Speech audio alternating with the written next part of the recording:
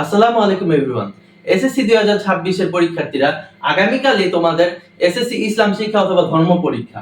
এই ইসলাম শিক্ষা কিভাবে এ প্লাস নিশ্চিত করবে তাই নিয়ে আজকের ক্লাসটি। তাহলে কথা না বাড়িয়ে চলো শুরু করি। দেখো, সব থেকে ইসলাম শিক্ষা এ প্লাস পাওয়া তুলনামূলক সহজ। তোমরা অনেকে কি করো, এই সহজ সাবজেক্ট গুলোতে এ প্লাসটা মিস করে ফেলো। সব থেকে ভালো উপায় আজকে আমি তোমাদেরকে শিখিয়ে দিব। দেখো, তোমাদের বইয়ের যে পাঠগুলো আছে না, ওই পাঠগুলোতে দেখবা প্রত্যেকটা পাঠ যেমন রিসালাত, তারপরে হচ্ছে আকিদা আকাইদ, এরকম প্রত্যেকটা ভিন্ন ভিন্ন পাঠ আছে।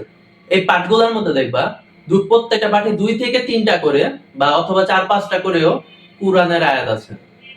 তো তোমরা কি করবা, ধরো রিসালাত থেকে কোশ্চেন আসলো, তোমরা কি করবা, তোমাদের কাজ হবে প্রত্যেকটার যে ভালো করে সংজ্ঞা আর হচ্ছে অর্থ, এটা ভালো করে বুঝে যাবা। তাহলে কি বুঝবা, সর্বপ্রথম সংজ্ঞা আর অর্থ। যেমন ইমান অর্থ কি? বিশ্বাস। তারপরে ইমানের সংজ্ঞাটা, এরকম সংজ্ঞা অর্থ আর উপাদানগুলো একটু ভালোভাবে করবা, আয়ত্ত করবা।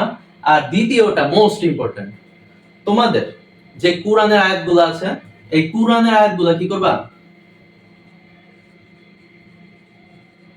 আমি বলতেছি আগেই না, আগে দেখো কোরআনের আয়াতের শুধুমাত্র অর্থ, শুধু বাংলা অর্থ, উচ্চারণ না, শুধু অর্থ, অর্থগুলা মুখস্থ করে যাবা। আর লাস্টে যে সূরার নাম দেওয়া থাকে এইটা পড়া লাগবে না, সূরার নাম ব্র্যাকেটে দেওয়া থাকে এইটা পড়া লাগবে না। তুমি কি করবা জানো, তুমি আল্লাহ তাআলা বলেন, কে বলেন, কোরআনে যেহেতু লেখা আছে সেহেতু আল্লাহ তাআলা বলেন, আয়াতটা বাংলা অর্থ লিখবা। প্রত্যেকটা পাঠ থেকে একটা করে পড়লে চলবে, এর থেকে বেশি লাগবে না। আয়াতটার বাংলা অর্থ লিখবা, লেখার পরে নিচে লিখবা, নিচে এরকম একটা দাগ দিয়ে লিখে দিবা কি, আল কুরআন। মানে কোরআন শরীফে তো দেওয়া আছে, তাহলে তুমি তো আর মিথ্যা বলো নাই, আল কুরআন এরকম লিখে দিবা। দেখবা ভাইয়া, তোমার সাথে তোমার সাথে কি, বাংলাদেশের যত স্টুডেন্ট আছে বেশিরভাগ স্টুডেন্ট এই কাজটা করে না।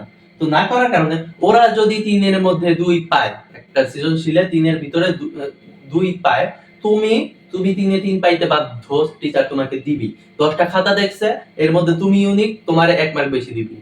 আবার ওরা যদি 4-এর ভিতরে 2 পায় অথবা 3 পায়, তোমাকে 4-এ 4 না হলেও, 4-এ 4 যদি নাও হয়, তোমার হাতের লেখা এতই খারাপ তুমি গুছিয়ে লিখতে পারো নাই, কিন্তু ওইটার খাতিরে তোমাকে 4-এর ভিতরে 3 দিয়ে দিবি। তো আর আরেকটা কথা হচ্ছে, তোমাদের ধর্মে চেষ্টা করবা একটু সৃজনশীলটা বড় করে লিখতে। গ নাম্বার 1.5 পেজের থেকে বেশি লিখবা, 2 পেজের কাছাকাছি। আর ঘ নাম্বারটা কি করবা, 2 থেকে 2.5 পেজ মিনিমাম লেখার চেষ্টা করবা, তোমার হাতের লেখার স্পিডের উপর ডিপেন্ড করে। আর যদি স্পিড ভালো থাকে একটু বাড়তি লেখলে সমস্যা তো নাই, এই বাংলা ধর্মে একটু বাড়ায় লেখা লাগে। তাহলে আজকের মতো এখানে বিদায় নিচ্ছি। আর পরবর্তীতে তোমাদের যে কোনো গাইডলাইনের জন্য অবশ্যই কমেন্ট করে জানাবে, আর কোন ধরনের ক্লাসটা অবশ্যই জানাবে। আল্লাহ হাফেজ, আসসালামু আলাইকুম।